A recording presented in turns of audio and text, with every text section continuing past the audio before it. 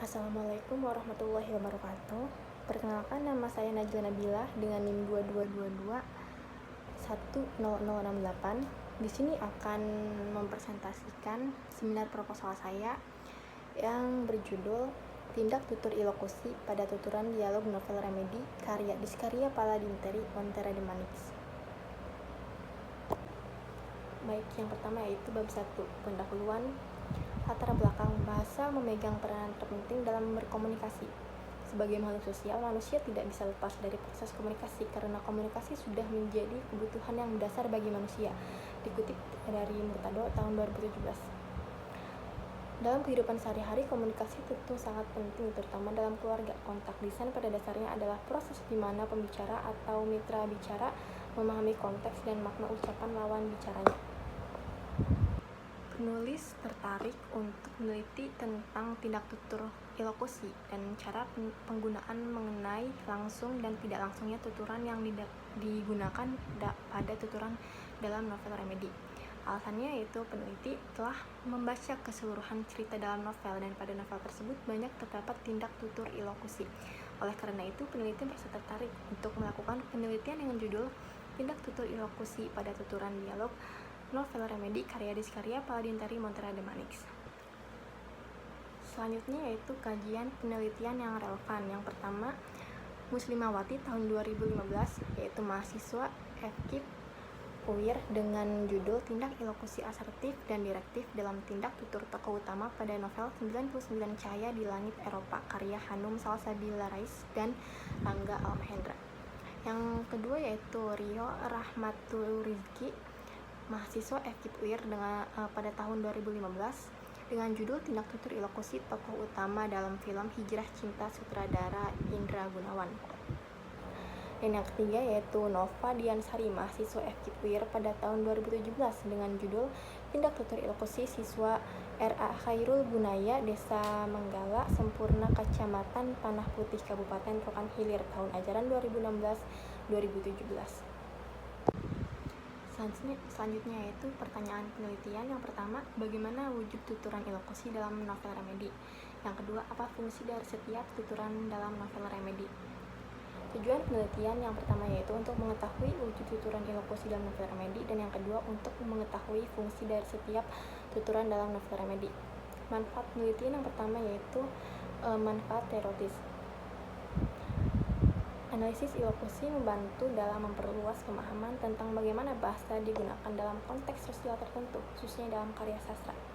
Penelitian ini mendukung teori sastra. Dan yang kedua yaitu manfaat praktis. Penelitian ini memberikan metodologi dan kerangka kerja bagi para peneliti, mahasiswa, dan pengajar dalam analisis teks sastra, khususnya dalam mengidentifikasikan dan memahami penggunaan ilokusi dan apresiasi pembaca terhadap kekayaan dalam dan kedalaman teks serta kemampuan penulis dalam menggunakannya untuk tujuan artistik dan retoris ini dapat ditingkatkan dengan jenis penelitian ini.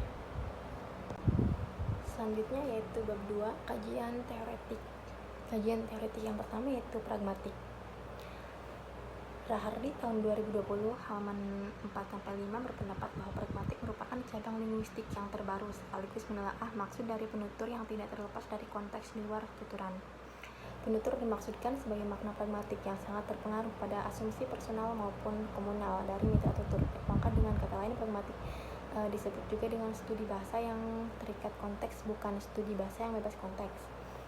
Selanjutnya, Jaja Sudarmo tahun 2012 halaman 60 menyatakan bahwa pragmatik adalah language in use, yaitu studi yang mempelajari makna ujaran dalam kondisi tertentu yang dilakukan oleh penutur dan mitra tutur. Jadi, pragmatik merupakan telah ilmu mengenai kemampuan dalam memaknai bahasa dengan menghubungkan kalimat-kalimat dan konteks-konteks secara tepat. Pragmatik juga merupakan disiplin ilmu yang mempelajari pemakaian tanda, yang secara spesifik dapat diartikan sebagai cara orang menggunakan tanda bahasa dan cara tanda bahasa itu diinterpretasikan. Selanjutnya, tindak tutur. Krida Laksana tahun 2011 halaman 191 menjelaskan bahwa tindak tutur atau pertuturan merupakan pengujaran kalimat atau menyatakan agar maksud dari pembicara dapat diketahui oleh pendengar, sehingga tindak tutur merupakan suatu kegiatan yang dilakukan oleh penutur dan mitra tutur. Dalam kegiatan tersebut bermaksud untuk menyampaikan suatu pesan agar timbul suatu tindakan. Tindak tutur ini dibagi menjadi 3 bagian. Yang pertama itu tindak tutur lokusi, yaitu tindak tutur yang bentuknya jelas dan mempunyai makna sehingga dapat dipahami dengan mudah oleh mitra tutur. Yang kedua yaitu tindak tutur ilokusi, merupakan tindak tutur yang berguna untuk melakukan sesuatu. Dan yang ketiga itu tindak tutur perlokusi, yaitu hasil atau efek yang timbul oleh suatu ujaran, maksudnya ujaran dari penutur ke mitra tutur. Selanjutnya tindak tutur ilokusi yang akan peneliti ambil sebagai topik utama. Tindak tutur ilokusi merupakan tindak tutur yang mempunyai peranan untuk menyatakan, menyampaikan, atau menginformasikan sesuatu dari penutur ke mitra tutur. Sirle dalam Rahmawati tahun 2018 halaman 5 menyatakan bahwa berdasarkan fungsinya, tindak tutur ilokusi dapat dibedakan atas tindak tutur asertif dan atau representatif, direktif, ekspresif, komisif, dan deklaratif. Asertif adalah bentuk tindak tutur yang mengikat penutur pada kebenaran proposi yang sedang diungkapkannya dalam penutur itu, seperti menyatakan, menyarankan, membual, mengeluh, dan mengklaim. Yang kedua itu direktif, adalah bentuk tuturan yang dimaksudkan oleh si penutur untuk membuat pengaruh agar sang mitra tutur melakukan tindakan-tindakan yang dikehendakinya, seperti memesan, memerintah, memohon, menasihati, dan merekomendasikan.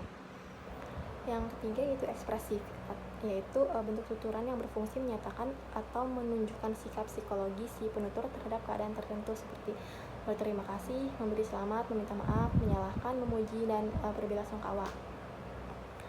Yang keempat yaitu komisif, yaitu tindak tutur yang digunakan untuk menyatakan janji atau penawaran tertentu, seperti berjanji, bersumpah, dan menawarkan sesuatu.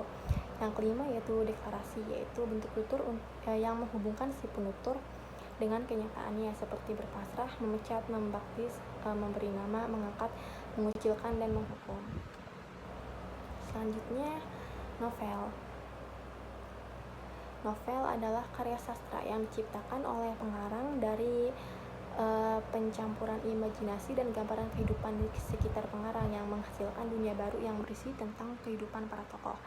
Dalam novel biasanya melalui para tokoh dan latar cerita pada para pengarang menyelipkan kekhawatiran tentang apa yang sedang terjadi di sekitarnya dan menyampaikan pendapatnya melalui amanat cerita dengan berharap agar apa yang telah terjadi tidak terjadi lagi di masa mendatang. Novel Remedi adalah sebuah buku yang berisi kumpulan cerpen karya Diskaria Paladin Terry Montera de Manix, kumpulan manusia yang tergabung dalam angkatan ke-21 Man Insan Cendekia Serpong, yang bercita-cita menjadi bunga Diskaria yang karyanya ini bergelombol sehingga bisa menghubungkan impian mereka dengan dunia. Selanjutnya yaitu bab 3 metodologi penelitian. Penelitian ini dilakukan dengan menggunakan metode deskriptif kualitatif. Hal ini bertujuan agar peneliti dapat mendeskripsikan data dan informasi secara mendalam mengenai suatu permasalahan yang akan dipecahkan. Dikutip dari Sugiono tahun 2018. Dengan digunakannya metode deskriptif kualitatif, data yang telah diperoleh nantinya akan dianalisis dan diuraikan menggunakan kata-kata atau kalimat dan bukan berupa angka. Teknik pengumpulan data. Teknik penelitian ini menggunakan teknik simak dan catat. Sebelum menggunakan kedua teknik tersebut, peneliti terlebih dahulu membaca novel Remedi untuk melihat situasi tuturan dalam novel tersebut. Teknik simak yaitu teknik yang digunakan untuk menyimak tuturan karakter novel Remedi. Menurut Mahsun tahun 2013 halaman 41, penanaman metode simak karena cara yang digunakan peneliti untuk memperoleh data dilakukan dengan menyimak penggunaan bahasa. Jadi teknik simak ini penulis gunakan untuk menyimak tuturan para pemain yang berperan pada novel Remedi. Yang selanjutnya teknik catat. Penulis gunakan untuk mencatat tuturan yang terkumpul dari dialog novel. Teknik catat ini dilakukan bersamaan dengan teknik simak dan tuturannya dicatat. Menurut Mahsun tahun 2013 halaman 92, apa yang dilihat harus dicatat. Penulis mencatat tuturan dialog novel Remedi yang telah penulis simak dari bahasa lisan, dari buku ke buku catatan penulis untuk kemudian dianalisis dan disimpulkan. Selanjutnya yaitu teknik analisis data. Setelah novel Remedi dibaca, maka langkah selanjutnya yang penulis lakukan yaitu mengidentifikasi tuturan tokoh tersebut di dalam tindak tutur ilokusi. Kemudian memberikan penomoran tuturan tokoh yang teridentifikasi sebagai tindak tutur ilokusi secara berurutan. Mengelompokkan tuturan tersebut yang teridentifikasi ke masing-masing bentuk tindak tutur ilokusi seperti ilokusi asertif, direktif, ekspresif, komisif, dan deklarasi. Kemudian menganalisis masalah bagian pertama yaitu bentuk tindak tutur ilokusi tokoh yang teridentifikasi sebagai tindak tutur ilokusi sesuai dengan teori Sirle.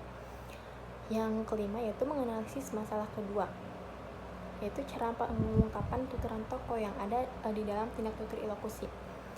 Dan yang keenam yaitu menginterpretasikan data sesuai dengan hasil analisis tentang tindak tutur ilokusi berdasarkan teori Sirle, dan cara pengungkapan tindak tutur berkaitan dengan tindak tutur langsung dan tidak langsung. Yang terakhir yaitu menyimpulkan hasil mengenai bentuk ilokusi dan cara pengungkapan yang berhubungan dengan langsung dan tidak langsungan tuturan. Baik, itu saja presentasi dari saya. Mohon maaf apabila ada kekurangan. Wassalamualaikum warahmatullahi wabarakatuh.